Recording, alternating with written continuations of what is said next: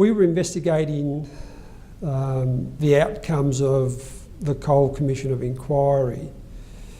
That inquiry had suggested that a number of people had been involved in a fraud matter, which effectively resulted in the Iraqi regime controlled by Saddam Hussein receiving $300 million of kickbacks. Did the AFP throw every necessary resource behind you? No, they didn't. Much to my surprise, and I'd been in task forces previously where everything's thrown at it. On this occasion we lacked appropriate accommodation to the point where ASIC were working in one building. The AFP hadn't contributed or allocated very many resources to the task force, and it was months and months and months of fighting and requesting and that we finally got some proper accommodation. We're talking about allegedly one of the biggest frauds in Australia's history. We're talking about $300 million of kickbacks to a regime that was involved in horrible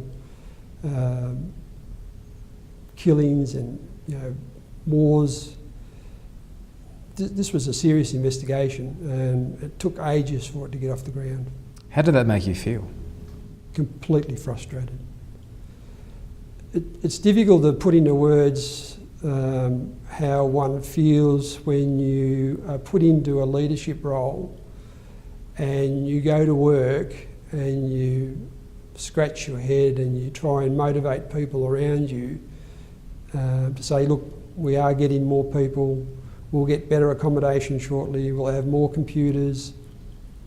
And they continually say to you, well, isn't this a major inquiry? Yes, it is, but we'll get there. Why are you speaking out?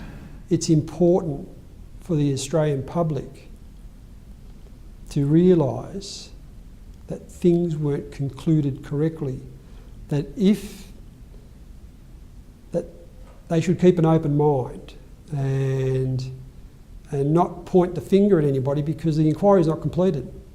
Because they could be innocent or they could be guilty, And we've, as a law enforcement body, they haven't done their job correctly, I believe.